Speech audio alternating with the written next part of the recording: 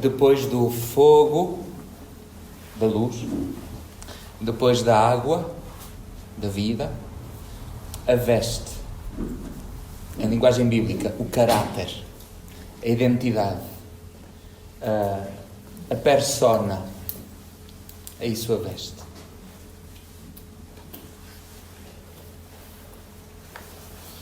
E da mesma maneira como nos outros dois serões, a veste como símbolo batismal, a veste sobrevoando assim as linguagens bíblicas, como aparece na Escritura, e em terceiro, de que maneira a veste aparece na interpretação que é feita dos últimos dias de Jesus.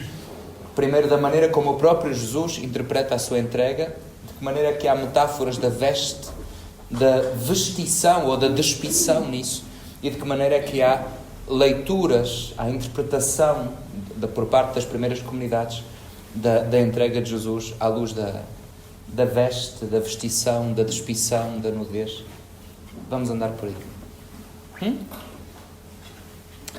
A veste como símbolo batismal. Eu já ontem fiz alusão a isso e para alguns já era conhecido de certeza. Um dos grandes símbolos batismais, e não se esqueçam que é o grande sacramento do perdão, é o sacramento da regeneração, do novo nascimento, da mudança radical de vida, de passar de homem velho para homem novo. E esta linguagem de homem velho e homem novo é uma linguagem de São Paulo, que diz, por exemplo, vós que vos despistes do homem velho com a sua velha maneira de proceder e fostes revestidos do homem novo com a sua justiça, com a sua justeza. Quer dizer, o homem novo é justo a Deus, é ajusta a Deus, é Deus ajusta, não fica largo nas mangas. Esta passagem batismal de regeneração, da morte à vida, de mergulhar-se, não é? Batizar-se no sepulcro líquido, lembram-se? Estou a unir pontos. Descer até à sepultura líquida do batismo, levantar-se no rebentar das águas de uma nova criação, baixar até à morte, na morte de Jesus, e por isso levantar-se na vida nova, na ressurreição de Jesus. Esta linguagem batismal é também dita, é também significada com a simbólica da veste, da despição e depois da vestição. Uma coisinha muito importante. Esta linguagem de São Paulo, e continuamos a usar para o batismo, vós que vos despistes do homem velho e fostes revestidos do homem novo, não é isto. Eu era um homem velho, ou seja, uma velha maneira de viver, e despi-me do meu homem velho, abdiquei, rebelei-me contra o meu homem velho e agora sou um homem novo. Não é isso. É mais do que isso. É muito mais do que isso. Não é vós que vos despistes do homem velho e vos vestistes de um homem novo que sou eu. Novo. Agora branquinho, imaculado, muito puro. Não é isso. O homem novo é só um, que é Jesus de Nazaré, o ressuscitado. Ele é o homem novo. Quando Paulo usa esta linguagem, e mais do que uma vez a repete, vós que vos despistes do homem velho, isto é cada um. E fostes revestidos do homem novo, que é um só. Fostes revestidos de Cristo. E esta é uma citação literal de Paulo. Vós fostes revestidos de Cristo. Percebem? O que eu estou a sublinhar agora é exatamente o mesmo que eu dizia ontem em relação à linguagem da purificação. Então, mas no batismo não quer dizer que eu antes era como um homem velho e agora sou como um homem novo. Mas é pouco. É mais do que isso. Porque o homem novo não és tu. Mesmo depois da tua renovação, não és tu o homem novo. Não és tu a novidade da tua própria vida. O homem novo é o Cristo ressuscitado. Vós que vos despistes do homem velho e fostes revestidos do homem novo. Fostes revestidos de Cristo. Está clara esta ideia? Porque é a linguagem do primeiro dia do fogo. Sabem, estas coisas da Escritura são muito chatas porque está tudo ligado. Tudo ligado. A Bíblia explica-se a si mesma. A fé, a linguagem da fé explica-se e interpreta-se a si mesma, continuamente. É aquela linguagem que vos falava do fogo e do sacrifício, que é de entrega pessoal, de passar todo para o outro. De largar a sua própria posse, a sua própria propriedade e fazer a transição, o câmbio, para a entrega para a posse de outro. Lembra-se de eu explicar a linguagem do sacrifício e do holocausto dessa maneira? Digam que sim, só para efeitos de metodologia. Então é a mesma coisa. O batismo é não no fogo, não é? Ou não estamos agora nessa linguagem. Já passamos pela linguagem da água, que é a mesma coisa, a linguagem da veste, que é a mesma coisa, que é passar, abdicar, deixar para trás, abandonar a posse de si mesmo, a propriedade de si mesmo, e entregar-se, quer dizer, em linguagem bíblica pura e limpinha, sacrificar-se, imolar-se, cambiar-se, transitar-se para a propriedade de outro. Agora tenho dono, que é Cristo ressuscitado. Agora tenho dono. Como é que isto se diz em linguagem bíblica? Jesus é o meu Senhor. Ele tem o senhorio de mim. Ele é o meu Senhor. Eu agora não sou o Senhor de mim. Eu deixei o senhorio de mim. Esse é o meu homem velho. E que mal se comportou o meu senhorio de mim. Eu agora tenho o Senhor. Eu agora tenho o dono. Por isso, quer comais, quer bebais, quer estejais a dormir, quer estejais acordado, não façais nada para... Estou a citar São Paulo. Eu começo a citar a Escritura sem avisar antes. Vou começar a fazer assim. Quer vocês façam isto, quer vocês façam aquilo, ninguém faça nada por si próprio. Fazei tudo pelo e para o Senhor. Tudo o que fazemos é para o Senhor, porque agora temos dono, agora temos Senhor, senhorio. É dentro desta linguagem sacrificial, repito, isto tem que ser uma linguagem já limpa aqui, linguagem sacrificial, a vida como passagem, entrega, oblação, sou teu, faz de mim o que quiseres. É dentro desta linguagem que nós temos que entender esta: despistes-vos do homem velho, que era cada um na posse de si, e fostes revestidos do homem novo, vos entregastes, passastes, transitastes para uma nova propriedade, que já não é cada um de si, nem cada um por si, mas cada um revestido de Cristo, o homem novo. Ele é a cabeça e nós o seu corpo. Ele a cabeça e nós o seu corpo. E é bom que seja ele a cabeça, porque é uma cabeça com juízo. Quando a cabeça não tem juízo, o corpo é que para. Está na Bíblia. Não por estas palavras, mas está na Bíblia. Por isso, como é que isto era dito? Como é que isto é dito ritualmente? Já fiz alusão a isso ontem. Leva-se uma roupa que é para deixar, por isso ninguém no batismo lava a sua melhor roupinha, não é como hoje. Vou todo emperiquitado para o batismo. Não, que isso é para queimar. Por isso leva-se a roupa que é para abandonar. No fim não se pega nela e leva para casa outra vez. Essa roupa é ritualmente, é simbolicamente mesmo para deixar, como muita gente faz, por exemplo, com o calçado e tal, quando no fim de uma longa peregrinação, como no fim de uma peregrinação a Santiago de Compostela ou outras assim. Há muitas vezes esse ritual, deixar uma peça de roupa, ou deixar mesmo os sapatos, as sapatilhas, como que se fez, como fez este caminho, está feito. E então, esta linguagem da veste que se tira como despição, como vos dizia ontem, fica-se com o mínimo necessário, não é? Para que ninguém se sinta constrangido durante a celebração do batismo, mergulha-se na água e depois a pessoa sai, é ungida, é untada, o óleo da unção, o bálsamo da unção, um dos grandes símbolos do Espírito Santo, um dos grandes símbolos batismais também. E depois então era e é revestida com uma túnica branca. Uma vestição branca, que não é símbolo de pureza, só ou em primeiro lugar, é símbolo de Jesus ressuscitado, o homem novo, que purifica. E por isso também significa pureza. Mas ficar só na linguagem que agora está da alma lavada é muito pouquinho. Não diz o caráter de pertença, de entrega, de doação, de dizer, sou teu. Meu Senhor. Está clara esta ideia? Ritualmente é assim que se diz, ritualmente é assim que se faz. Nós continuamos a usar, e temos essa palavra em português, para falar de uma inauguração pessoal, ou seja, quando eu me torno qualquer coisa nova, quando eu ganho um caráter novo, socialmente ou num grupo, falamos de uma investidura. Foi investido. Nós temos esta palavra ainda em português e ajuda-nos a entender isto.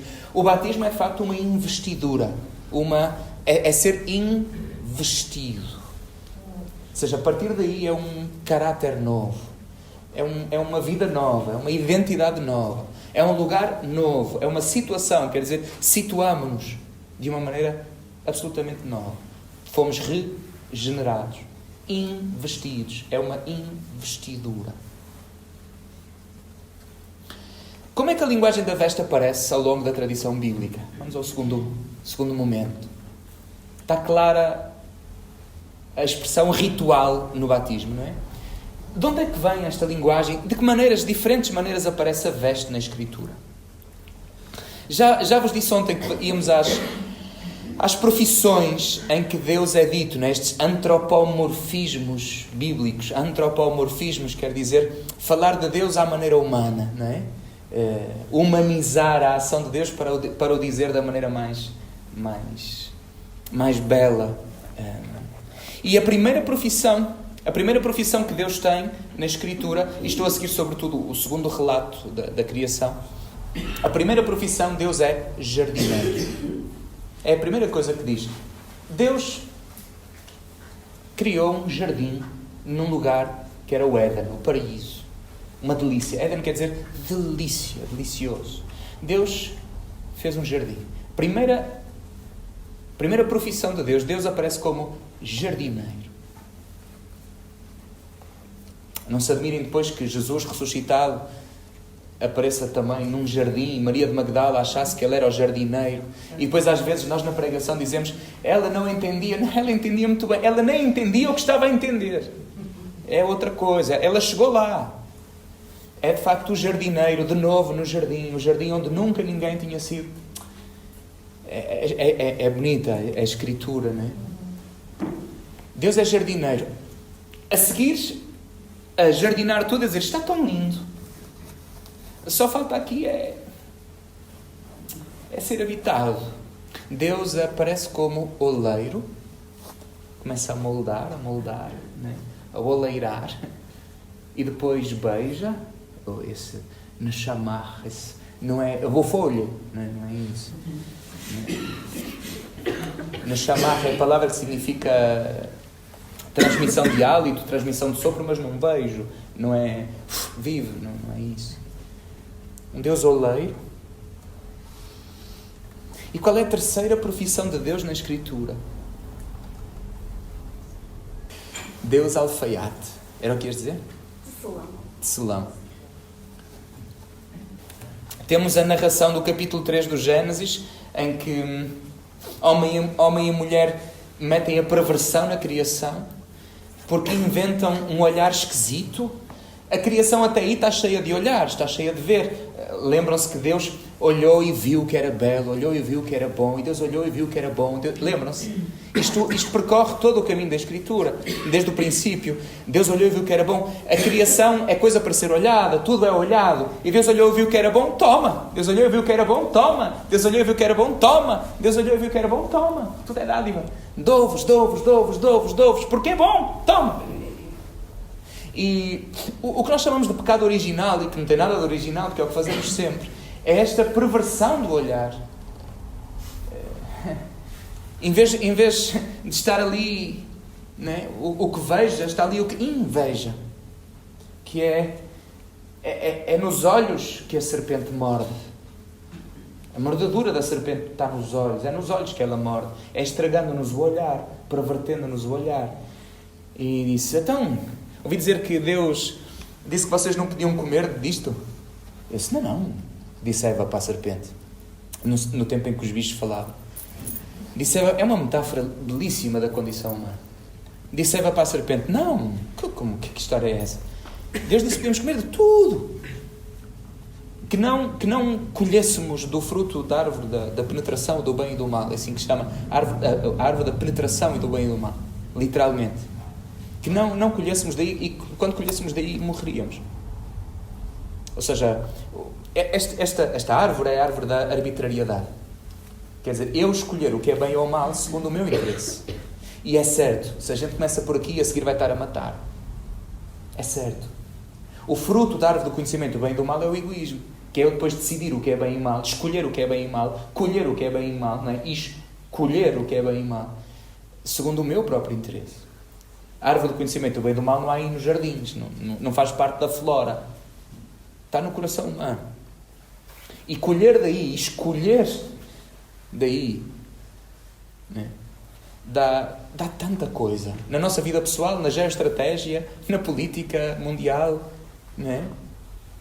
Há um país que acha que o que fazia ali falta era uma democracia que nós vamos lá levar com bombas. Isso é que é bem. E nós aqui, deste lado do mundo, decidimos que o bem para eles é este. Porque nos dá também muito jeito por causa do petróleo. Mas isso são pormenores. Percebem? Podemos ir do microcosmos da nossa casa ao macrocosmos da política mundial.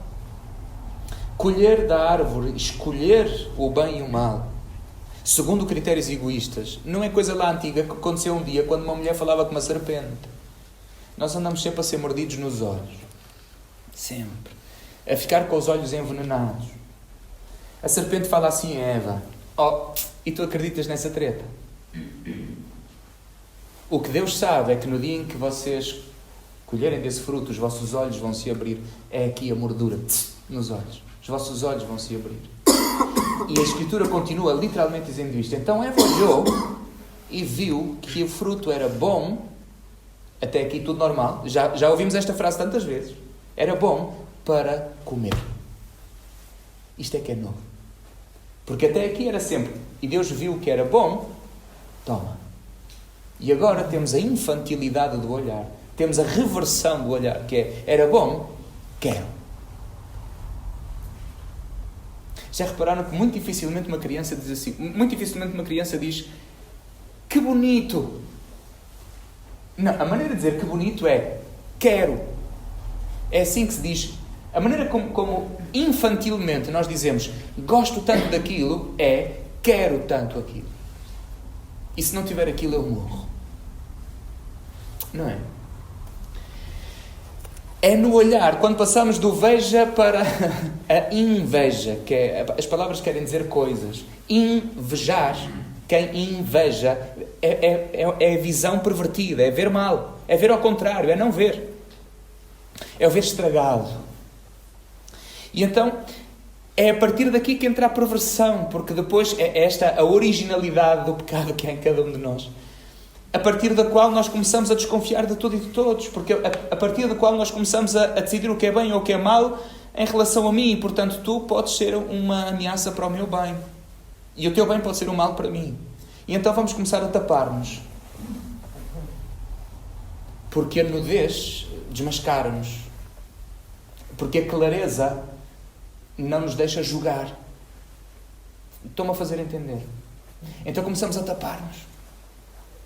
E é assim que começa o ser humano a cobrir-se, tapando-se brilhantemente com folhas de figueira.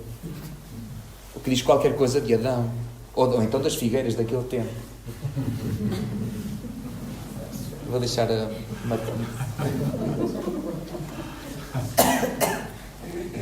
o Abílio já percebeu.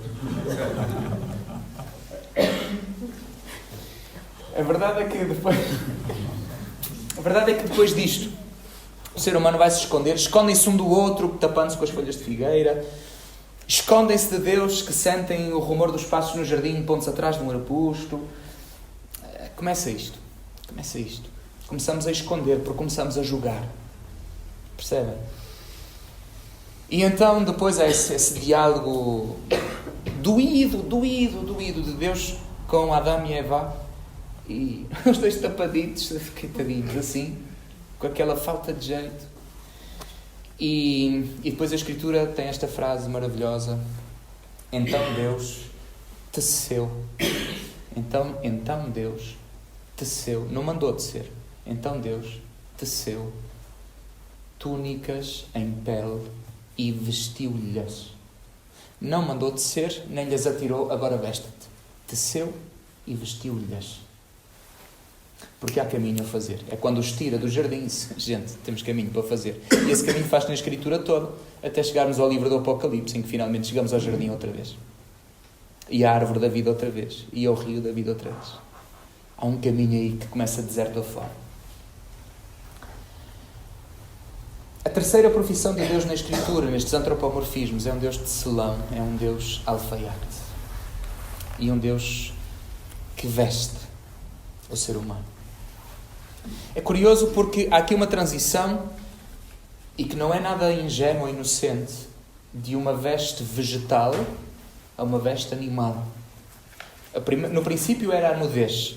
Quer dizer, no princípio é a verdade. É isso que quer dizer a nudez bíblica. Não tem a ver com genitália à mostra. Não tem nada a ver com frio. A nudez tem a ver com a face a face. O contrário da nudez na Bíblia não é roupa. O contrário da nudez na Bíblia é máscara. É que é? Máscara. O contrário da nudez não é roupa. Sim. O contrário da nudez é máscara. Ai, não. No princípio é a nudez, no princípio é a verdade absoluta. No fim será a nudez também, quando encontrarmos o Messias, o Salvador, o homem novo, nu, pendurado numa cruz. E depois vem a veste vegetal, porque não se esqueçam que, segundo a Escritura, estamos num domínio vegetariano. Não há animais a morrer. Deus dá autorização para comer de todos os verdes, mas não de animais. Estamos num regime vegetariano. As vestes são vegetais. O que é que faz o tal pecado original? Eu bem pedi desculpa pela Manela, não? O que é que faz o pecado? O pecado introduz a violência. Pela primeira vez nós ouvimos falar de animais mortos. Porque Deus teceu com peles. É a partir daqui. Esta é uma das linguagens que vai aparecer aqui da violência por aí afora. Uma frase do livro do Ben Sirá que eu tenho que vos ler assim de maneira literal, porque é tão clarinha. Ora, e a frase é esta, é no capítulo 19, no verso 30. Livro de Sirá, do Ben Sirá. E a frase é esta: a maneira como um homem se veste, se sorri e anda, diz quem ele é. É mesmo assim que está lá escrito. A maneira como um homem veste, sorri e anda, diz quem ele é. Eu acho piada ao sorrir. Não é? A maneira como o homem veste, sorri e anda, diz quem ele é.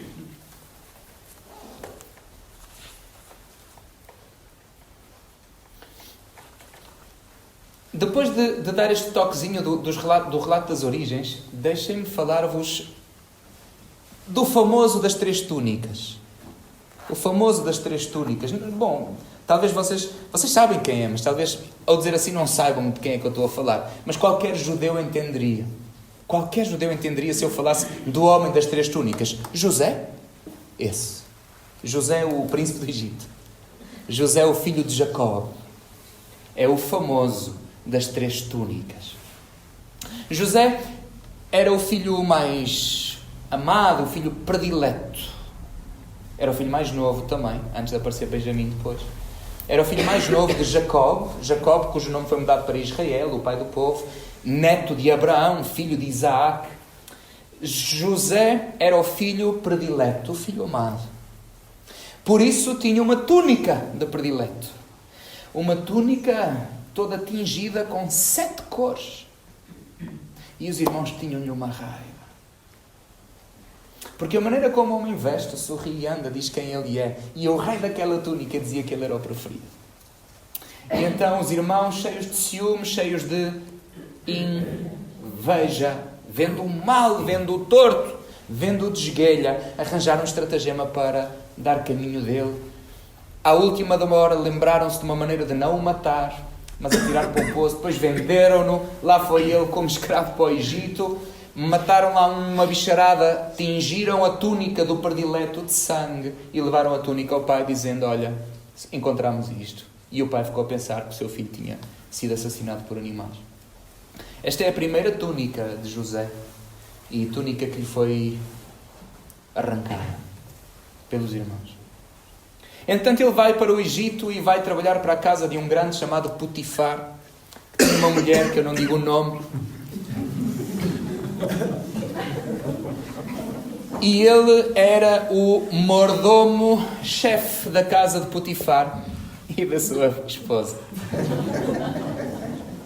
Ele era o mordomo-chefe e tinha uma túnica de mordomo-chefe. Uma túnica que o distinguia de todos os outros na casa de Potifar. A mulher de Potifar... É tão bom isto, não é? A mulher de Potifar queria levar José para o mau caminho. E temos essa narração em que ela o enganou, fez-lhe um pedido à meia da noite e agarrou-lhe pela túnica e disse: vais deitar-te comigo. E ele, a única coisa que teve a fazer foi dobrar-se, largar a túnica e sair. E a mulher de Potifar ficou com a túnica de José na mão. E é a segunda túnica que arrancam a José. E entretanto ele foge, a fama dele corre como virtuoso. E ele é levado para o palácio do faraó, do imperador do Egito, do faraó. E é tornado governador de todo o Egito. José, o tal príncipe do Egito da Disney, né?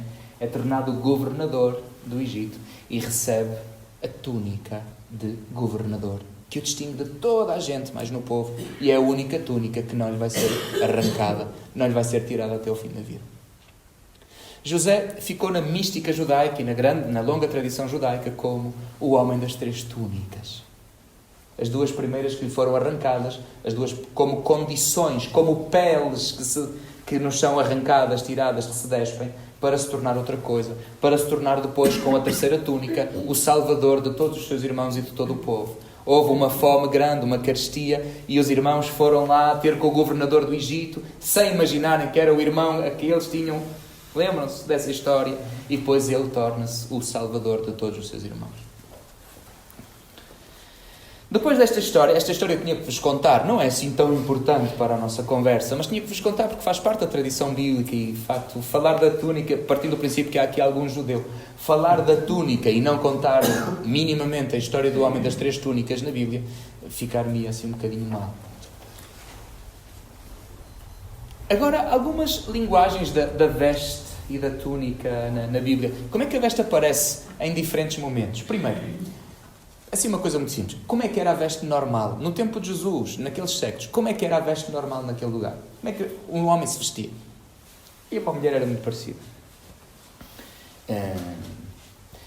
Qualquer coisa em baixo, muito parecido com um pano, pouco melhor que uma fralda, vamos assim dizer, ou um saiote, uma espécie de leve saiote, né? Mais pequeno. Depois uma túnica por cima, que podia ser mais fresca ou mais quente conforme o tempo. Uma túnica... Não havia calças, né? E depois, para o mais frio e tal, um manto por cima. A roupa é isto. Tão simples.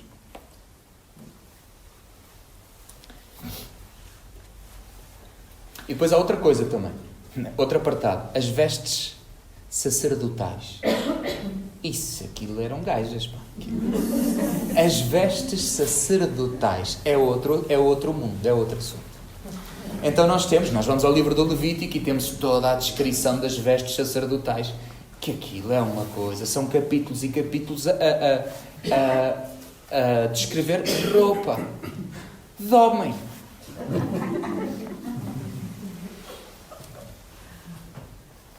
E o principal e o mais pequeno era uma peça de roupa muito importante chamada o efod.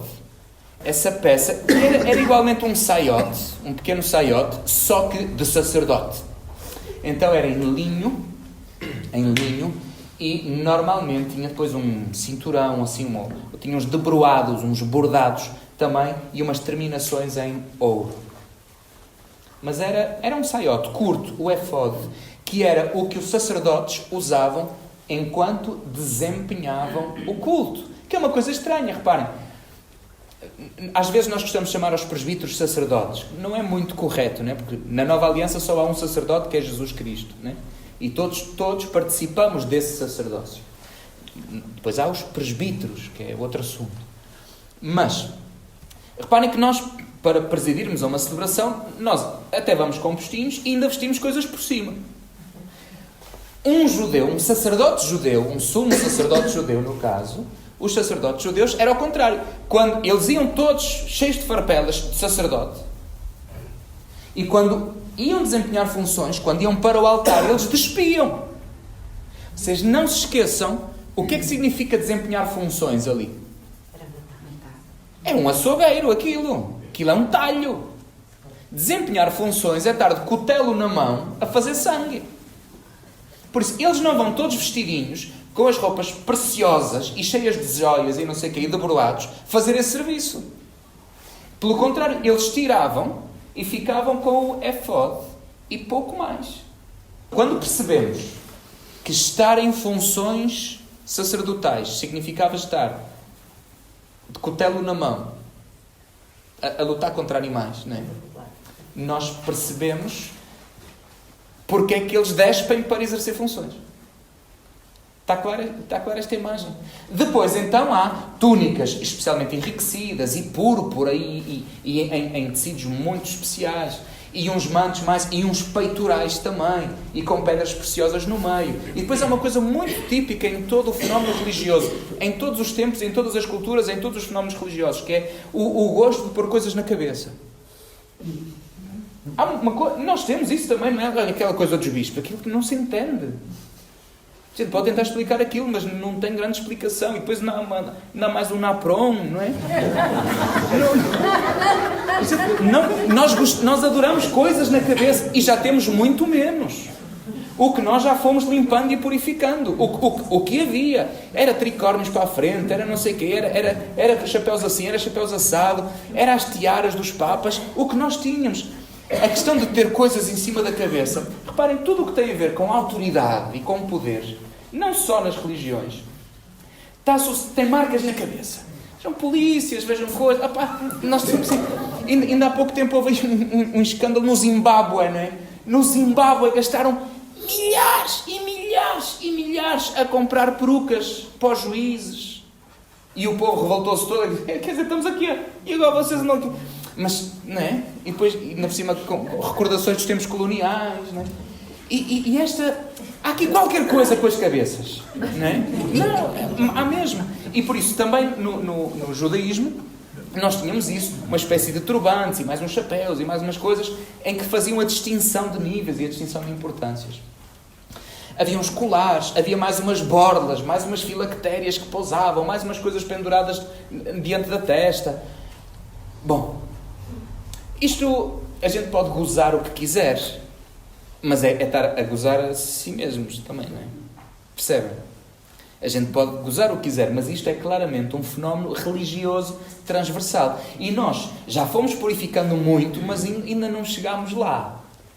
Nós ainda não chegámos à limpeza que o Evangelho depois nos vai inspirar.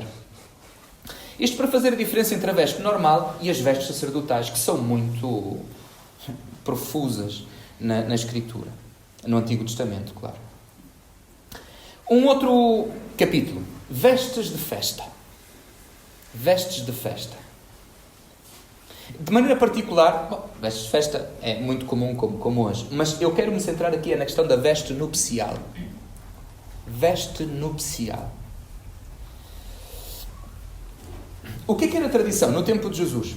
Quando duas famílias se juntavam por casamento, um noivo e uma noiva, o noivo convidava os seus amigos, a noiva convidava as suas amigas, e era o noivo que arranjava as vestes, túnicas, panos, o que fosse, arranjava as vestes para os seus convidados. Iam todos de igual. E era a noiva que arranjava as vestes nupciais para os seus convidados. Iam todos de igual. A gente vai à Guiné-Bissau e ainda é assim. Na Guiné-Bissau nós sabemos quem são as colegas da noiva, quem são os colegas do noivo, estão todos de igual. Porque quem compra os panos e quem cose tudo, quem faz as roupas para o casamento, é quem casa. E dá as roupas a quem é convidado. Para que toda a gente esteja de igual. E nós sabemos quem é da noiva, quem é do noivo, pelas roupas. Percebem isto? É fundamental perceber isto. Esta tradição das vestes de festa, da veste nupcial, para entendermos uma parábola que Jesus conta de um banquete, em que havia um grande banquete nupcial e todos entraram para o banquete e foram para o banquete. E estava a haver uma grande festa e de repente o noivo passou e viu alguém que estava lá no meio, lá dentro, e que não estava vestido com a veste nupcial. E disse: como é que tu entraste aqui sem a veste nupcial? Lá para fora imediatamente. E nós vamos ficar muito chocados com isto, depois andamos a entrar, que a veste nupcial é a pureza do coração. Isso é tudo muito lindo. Mas o que explica isto não são as nossas ideias, é aquela cultura. O que significa estar ali alguém dentro, sem a veste nupcial, é que foi lá besbilhotar. É que entrou-se, ou sem ser convidado, ou então sem querer receber o dom de quem o convidou. Que é, toma, veste, anda, vestes esta, não quero. Ou então receber e não vestir a túnica que lhe foi dada. A veste nupcial, a veste para o casamento que lhe foi dada, como sinal de pertença, de ligação aos noivos. E é estar sem estar. Faço-me entender, é isto. Estar na festa das núpcias sem a veste nupcial. Para entender esta parábola é preciso entender este dado, conhecer este dado cultural. A veste nupcial não era cada um que a escolhia para si porque era bonita ou ia comprar à feira, mas eram os próprios noivos. Era quem fazia a núpcia que a dava. Era um dom que tinha de ser recebido. E ali está alguém no meio que não quis receber. Outro tipo de vestes que aparece na Escritura. As vestes de penitência. E muitas vezes nos acontece, em horas de penitência, em horas de grande arrependimento, de conversão, vestiram-se de saco. O que nós hoje diríamos de sarapilheira. Vestiram-se de saco. Coisa tosca. Vestiram-se de saco, de sarapilheira, como sinal de penitência. E mais, para dar força a este sinal e para ser uma força de novo nascimento, de enterrar-se, meter-se debaixo da terra para renascer, então, quem estava em processo de penitência não só se vestia de saco ou de sarapilheira, como era comum andar a pegar em terra e a atirar para cima. Né? Terra ou cinza. E por isso nós começamos a quarentena com o sinal das cinzas, porque é um tempo de conversão, de arrependimento. As vestes de penitência, e juntamente com a terra e com a cinza que se vai deitando por cima. Outra linguagem bíblica das vestes. Rasgar as vestes. Tantas vezes nos aparece na Bíblia. E não sei o que mais. E então o sacerdote rasgou as vestes. Nós temos esta expressão em português, não é? Ficou-nos. Ei pá, tu não imaginas, estava lá, aquilo começou para lá a rasgar as vestes. Não é? Para dizer que alguém se escandalizou. Ficou muito escandalizado. Rasgar as vestes era um sinal, naquela cultura, de escândalo. Como é possível? Fazem isso diante de Jesus. O sacerdote, diante de Jesus, começa a rasgar as vestes, para dar um ar de escândalo. Escândalo, blasfémio, que ele disse, fazer-se filho de Deus. E rasgou as vestes. E diz que lá no Sinédrio começaram a rasgar as vestes. Escandalizados os meninos. Há mais alguém que vai rasgar as vestes, escandalizado com o que se está a passar. Sabem quem é? Deus. Quando Jesus morre. Deus também se escandalizou. Deus também rasgou as vestes. E a Bíblia diz assim, no momento em que Jesus morreu, o véu do templo rasgou-se. Deus está escandalizado com o que estão a fazer ao seu filho. É um escândalo. Deus também rasga as vestes. Rasgar as vestes. Vamos a um modelito da Escritura. João Batista. Que nos entra contado nesta história, descrito pela veste. Diz que João Batista... Quem era esse João? Opa, era alguém que se vestia com pele de camelo. O que ele vestia era uma túnica feita em pele de camelo. Comia mel silvestre e gafanhotos. E tinha um cinturão de couro. Que hoje até é fixe. Isto é mesmo couro? É mesmo couro. Na altura não, era coisa de pobre. O couro não tinha... João Batista era filho de sacerdote, Zacarias, e portanto ele era de linhagem sacerdotal. Era suposto ele ter um cinto, como tinha os sacerdotes, um cinturão de linho bordado, que é assim que diz o livro do Levítico. Um cinto de linho bordado. Ele tinha um cinto de couro. E os evangelistas fazem questão de o sublinhar para mostrar a ruptura que ele fez. E ele veste uma túnica de pele de camelo. Isto não é apenas um símbolo de simplicidade ou de pobreza. Isto não é apenas um símbolo de austeridade. Mais do que isso, é uma participação na impureza do povo. Porque o camelo é considerado na cultura judaica um animal impuro. Não pode haver contacto com coisas de camelo.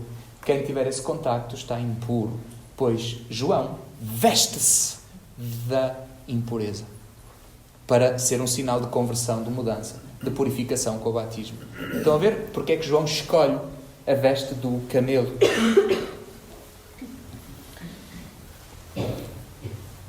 E é muito engraçado que nós percorremos os Evangelhos e encontramos alusões à veste de João. Como é que João vestia? Nós encontramos alusões à maneira como os fariseus vestiam. Jesus fala disso.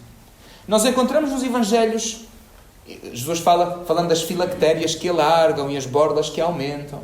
Nós encontramos nos Evangelhos alusão à maneira como os chefes do povo, saduceus e sacerdotes, vestiam. Fala em linho fino e púrpura. Nós não encontramos alusão à maneira como Jesus ou os discípulos dele vestiam. Tirando, evidentemente, aquela alusão que aparece no Evangelho de João, já na sua morte, quando diz que lhe tiraram a túnica e a sortearam, porque era uma túnica inconsútil, sem costura, e, portanto, para não a rasgarem, para não a cortarem, sortearam-na para ficar para um. Mas nós sabemos, evidentemente, que isto não é uma alusão estética, é uma alusão teológica à vida de Jesus. Uma vida sem costura, uma vida que não conseguem cortar, rasgar, cindir. É uma alusão teológica, não uma alusão estética. O que é que nos diz o facto de não haver nenhuma alusão à maneira como Jesus vestia ou à maneira como os discípulos de Jesus vestiam? Diz-nos uma coisa muito importante, que é: não há nada a dizer. Ou seja, era absolutamente normal. Isto é importante. É importante perceber que era normal. É importante perceber que o que não se diz normalmente é porque é normal. Este não dizer nada sobre alguma especialidade da veste de Jesus diz-nos de facto da normalidade, como ele vestia o comum. E eu não vou só dizer, porque há estudos sobre os tiares do tempo. Isto que eu estou a dizer aqui, há quem faça isto mesmo a sério, quem estuda isto mesmo a sério. E nós sabemos, por estudos arqueológicos, foi nesta altura que naquele lugar começaram a fazer-se tiares suficientemente largos para fazer as túnicas sem costura. E por isso era assim uma peça que começava a estar na moda. Foi exatamente no período de vida de Jesus que começou a haver as túnicas sem costura, porque começou a haver uma adaptação, uma renovação dos tiares do tempo. E já foram descobertas peças disso, há vestígios arqueológicos disso, mas é uma conversa um bocadinho chata demais para ter. Como é que Jesus pega nesta história da túnica e da veste e a usa na sua pregação, de maneira muito simples? Lembra-se de eu vos falar da túnica, que quer dizer caráter, identidade, não é? O famoso terceiro ato da parábola da parábola dos perdidos, não é? Lucas capítulo 15. E o terceiro ato é o pai que tinha 2 filhos e um que vai para longe, estróina tudo, estraga tudo, perde tudo, e quando volta vem com um discurso ensaiado para ser servo do pai. Trata-me como um dos seus trabalhadores, diz ele, e o pai cala-lhe a boca, chama um servo e diz: ide-lhe buscar a túnica, ide buscar o anel, as sandálias para os pés, trazei a melhor túnica e vestilha. A túnica como condição, como caráter filial. Ou no seu ensinamento, no Sermão da Montanha, Jesus a dizer: se vierem roubar-te a túnica, dá-lhes também o manto. Ou seja, vai de saiote para casa, vai de fralda para casa. Seja essa a tua provocação. Quando envia os discípulos em missão, diz: não leveis 2 túnicas. E quando fala, ainda no Sermão da Montanha, também sobre a confiança que Deus nos merece, Jesus diz: não andeis preocupados com o que haveis de comer ou com o que haveis de beber. Olhai os corvos. Não comem, não bebem. Deus não se preocupa com eles e não se vai preocupar convosco. Não andeis preocupados com aquilo que haveis de vestir, a maneira como haveis de vestir. Porque Deus sabe do que vós precisais. Olhai os lírios do campo. Nem nunca Salomão se vestiu como um deles. Se Deus, e esta frase é tão bonita na boca de Jesus, se Deus veste assim a erva do campo. Já viram que poeta? Se Deus veste assim a erva do campo. Deus anda a vestir a erva do campo. Se Deus veste assim a erva do campo, não vai fazer muito mais por vós, ó gente de pouca fé. Se Deus veste assim a erva do campo. Quando chegamos ao último livro da Escritura, o livro do Apocalipse, lá no capítulo 6 aparece-nos esta frase. Aqueles que morreram por causa da palavra de Deus e do testemunho que deram, os mártires da primeira geração cristã, aqueles que morreram por causa da palavra de Deus e do testemunho que deram, foi-lhes vestida uma túnica nova. A túnica como sinal de salvação, como sinal de assunção, de ser metido, assumido em casa, como o filho perdido. E por isso aparece-nos ao longo do Novo Testamento, de maneira particular nos Evangelhos e depois também no Apocalipse, a questão das túnicas ou das vestes brancas, resplandecentes, brilhantes. Gente vestida de luz. Gente que quando chega ilumina. Temos aquela belíssima catequese pascal da transfiguração de Jesus, em que diz assim o Evangelho, as suas vestes ficaram de um branco tão resplandecente que lavadeira nenhuma da terra podia assim branquear. Lavadeira nenhuma da terra podia assim branquear. A experiência pascal em que os mensageiros da experiência e o próprio Senhor ressuscitado estão sempre vestidos de luz, de lucidez, de claridade, sempre vestidos de resplandecência. E a plenitude da criação, o tal livro do Apocalipse, a plenitude de tudo, em que todos estaremos de túnicas branqueadas. Túnicas branqueadas, agora, isto é que é curioso no livro do Apocalipse. Túnicas branqueadas no sangue do Cordeiro. Sangue que branqueia. Túnicas branqueadas no sangue do Cordeiro. A seiva da vida. Como é que toda esta linguagem, toda esta história da veste, da vestição, da túnica entra nos últimos dias de Jesus e na maneira como se interpreta o mistério da sua entrega, da sua morte e da sua ressurreição? 3 coisas.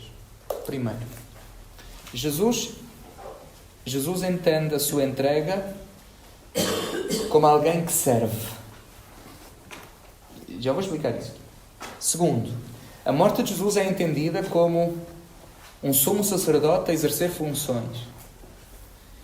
E terceiro, Jesus, na sua Páscoa, é entendido como o novo Adão. Ou seja, o que está em causa é percebermos que, obviamente, na leitura do mistério pascal de Jesus e nos últimos dias de Jesus, há uma interpretação desta entrega, desta doação em forma de despição. Há uma despição. E esta despição tem estas 3 leituras. A primeira é a despição do servo. Aquele que se despe para servir.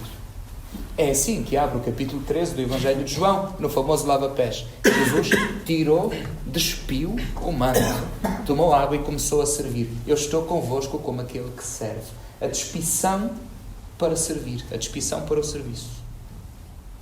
Ou aquela parábola que Jesus conta de um homem, um senhor, uma parábola tão paradoxal.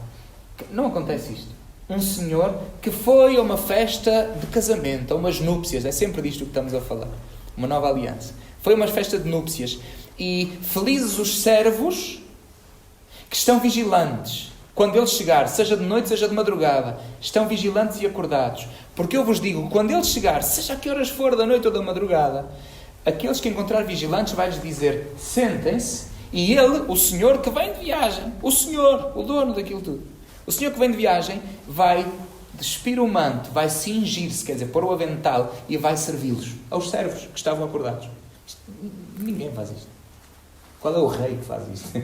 Não é? Diz aos mordomos, agora sentem-se que eu vou servir-vos, que eu estou a chegar de viagem, é mesmo o que me apetece. Não é? Mas é Senhor que se despe para servir. E Jesus entende, evidentemente, e dilo de tantas maneiras, entende a sua entrega, entende a sua vida, até o extremo, como a despição daquele que serve. Eu vim para servir e não para ser servido. Segunda coisa, e isto que eu vou dizer é a grande mensagem da famosa carta aos Hebreus. Jesus, na sua entrega, é lido, é interpretado como sumo sacerdote, o máximo sacerdote, quer dizer, a máxima mediação entre os homens e Deus, entre Deus e os homens. É isso um sumo sacerdote. Jesus é entendido como a máxima mediação entre Deus e os homens a exercer funções. E para um sacerdote exercer funções, tem que haver essa despição. Lembram-se de eu explicar isso? Na sexta-feira, depois da manhã, quando nós fizermos aqui a celebração da adoração da cruz, a cruz que vamos usar, como nos anos anteriores, é o ícone, a cruz de São Damião, em que Jesus está cruciforme, mas vivíssimo, uns olhões assim abertos. O sangue está com as feridas, mas o sangue não pinga, o sangue espirra, porque é o sangue de um vivo, de um vivente. E não está com um paninho a tapar as partes, está com um éfode, com um pano de linho belíssimo e debruado a ouro. Depois vocês reparem, porque neste ícone, nesta cruz de São Damião, Jesus está como o sumo sacerdote a exercer funções. E por isso não está com o paninho do condenado, que aliás não existia. Os crucificados eram crucificados nus, porque fazia parte da humilhação que lhes era imposta. E nós temos, na história da iconografia, sobretudo na história da escultura, muitos Cristos representados nus, que depois, ao longo dos tempos, foram-lhe postas coisas, não é? Para não chocar as pessoas. Estou-me a lembrar do Ecce Homo, do Michelangelo, por exemplo, que está lá em Santa Maria Sopra la Minerva, em Roma, né? Lá está o Michelangelo, o Ecce Homo do Michelangelo, né? E depois pegaram-lhe ali uma coisa metálica, não é? Para que ninguém se chocasse. Já agora, é só à frente, atrás, se virem, está a seguir o original. Um crucificado, a crucifixão era uma morte difícil, a crucifixão era uma execução que dava muito trabalho e o objetivo era humilhar e ser um aviso público para toda a gente. Isto é o que dá quem se mete com os romanos. Por isso, tudo o que dava para humilhar era utilizado e a nudez, a exposta, era parte dessa humilhação. Por isso, a carta aos Hebreus diz continuamente que Jesus, na sua ida para o Pai, Jesus, na sua morte e ressurreição, é o sumo sacerdote a exercer funções. Um culto novo, uma aliança nova, um sacerdote novo, um tempo novo e um templo novo. E esta é outra despição. Terceira e última despição. Jesus, isto é a teologia de São Paulo, Jesus é o novo Adão. E por ser o novo Adão, Jesus na sua nudez, na sua humilhante nudez, ou por baixo da sua humilhante nudez, resplandece a criação do homem novo, ou um homem novo em aparição. E que é colocada essa declaração do homem novo no 6º dia da semana, que foi o dia em que Jesus foi executado no 6º dia da semana, a sexta-feira, e depois no sábado, o Shabat, o 7º dia foi o dia de descanso, em que Jesus também descansou de todas as obras que tinha feito, tal como o Criador no princípio. E depois então há a ressurreição. Estão a ver a maneira metafórica como o Evangelho constrói? E no 6º dia, tal como o ser humano tinha sido criado no 6º dia, também no 6º dia, a boca do comando do mundo, Pilatos, que representava aqui o poder do império, proclama para todos: eis o homem. E fica respondida finalmente a pergunta que vem feita desde a primeira página da Bíblia, quando homem e mulher escondidos atrás do arbusto e anda Deus a procurar pelo jardim perguntando: homem, onde estás? Homem, onde estás? E temos que andar até o Evangelho de João para que finalmente esta pergunta tenha resposta. Eis o homem. Como Deus manda, como Deus quer, como Deus gosta. E por isso, debaixo ou resplandecendo na ignominiosa nudez de Jesus está a gloriosa nudez do homem novo. Perceberam esta frase? Eu vou dizê-la de novo. Por baixo da ignominiosa, da humilhante nudez daquele condenado Jesus, está a iluminadora, a gloriosa, a deslumbrante nudez do novo Adão, do homem novo, do princípio de uma nova criação. Foi o 6º dia, o dia da criação do homem, o novo. No 7º dia, este homem, o novo, vai descansar de todas as obras que fez. E depois temos um 8º dia, que é uma explosão. O primeiro dia da semana, que é um 8º dia. Não é um primeiro por ser uma repetição, é um primeiro como 8º. Quer dizer, é um primeiro que explode. É um primeiro que abre um tempo novo, uma nova criação. Da qual ele é novo Adão, homem novo, princípio.